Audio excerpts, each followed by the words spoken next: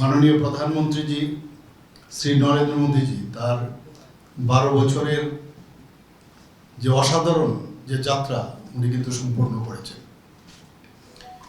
এবং এটাকে যদি আমরা মনে করি একটা সময়ের যাত্রা তাহলে ভুল হবে। আমার মনে হয় একটা পরিবর্তনের যাত্রা এবং একটা স্বপ্ন পূরণের, ভারতবাসী যে স্বপ্ন দেখত ভারতবর্ষকে নিয়ে, সেই স্বপ্ন পূরণের যাত্রা মাননীয় প্রধানমন্ত্রীজি সেটা পূরণ করেছেন এবং নতুন ভারত যে নির্মাণের আমি বলবো একটা কাহিনী এই 12 বছরে উনি সেটা করে দেখিয়েছেন।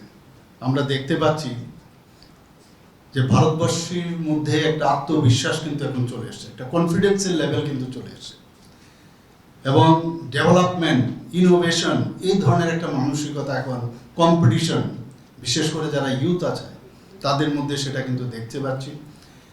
এবং যেভাবে মাননীয় প্রধানমন্ত্রীজি দেশকে যে জায়গায় দাঁড় করিয়েছে বিশ্বের মাঝে, আমি বলবো যে এখন ভারত বিশ্বে সম্মানিত হিসাবে কিন্তু সেই স্থান তারা আমাদের ভারত কিন্তু এখন পেয়েছে।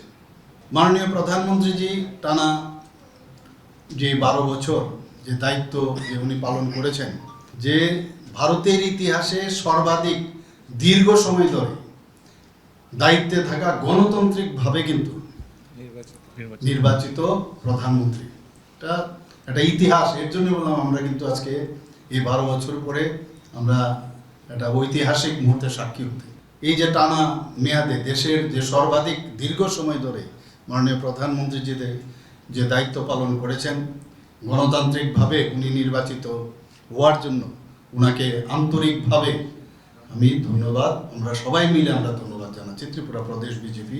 এবং এটা একটা মাইল ফলক হিসাবে লেখা থাকবে ইতিহাসের পাতায়।